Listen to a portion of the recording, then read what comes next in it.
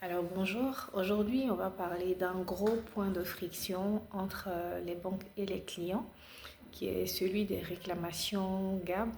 C'est-à-dire vous êtes allé faire un retrait dans un GAB et il se trouve que le GAB en question c'est un GAB d'une autre banque. Ce n'est pas le GAB de votre banque et l'argent n'est pas sorti. Mais vous avez été débité quand même, vous avez reçu la notification de débit.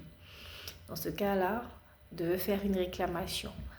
Qu'est-ce que vous devez faire? À qui vous devez adresser cette réclamation? On en parle aujourd'hui. Alors déjà, pourquoi ça arrive? Les raisons, elles peuvent être diverses. Certainement qu'il y a eu un incident au niveau des billets. Pendant que la machine est en train de compter, il y a eu ce qu'on appelle un bourrage. Un billet s'est froissé et il a bloqué le processus. Ça peut être également une coupure de réseau entre le GAB et le système bancaire au moment précis du retrait. Ça peut être également un problème de communication entre le GAB et ta banque. Tout compte fait, tu n'as pas reçu cet argent. Donc, ce que tu dois faire dans les premiers moments, si tu as la possibilité, c'est de faire une capture d'écran de la notification que vous avez reçue ou aussi de faire une photographie du message qui s'affiche sur le GAB en question. N'oubliez pas aussi de récupérer le reçu de l'opération.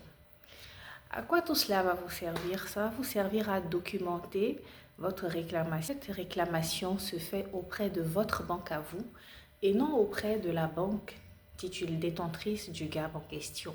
Parce que vous n'y êtes pas client, donc on ne vous connaît pas. Donc moi, ce que je vous conseillerais avant de faire la réclamation officielle, c'est de rentrer en contact avec le service client de votre banque par mail en notifiant le lieu du GAB, la date de l'opération, l'heure de l'opération. Si vous avez la possibilité d'y joindre le reçu de votre opération, le reçu que le GAB vous a donné, si un reçu est sorti, et aussi la capture d'écran de la notification de retrait que vous avez reçue. Ça, c'est ce que je vous conseillerais de faire dans un premier temps. Dans un second temps, pour la réclamation officielle, vous devez vous munir de tout ce qu'on a cité plus haut, ainsi que de votre pièce d'identité, et vous vous rendez dans votre agence et vous remplissez un formulaire de réclamation GAB. Toutes les banques l'ont.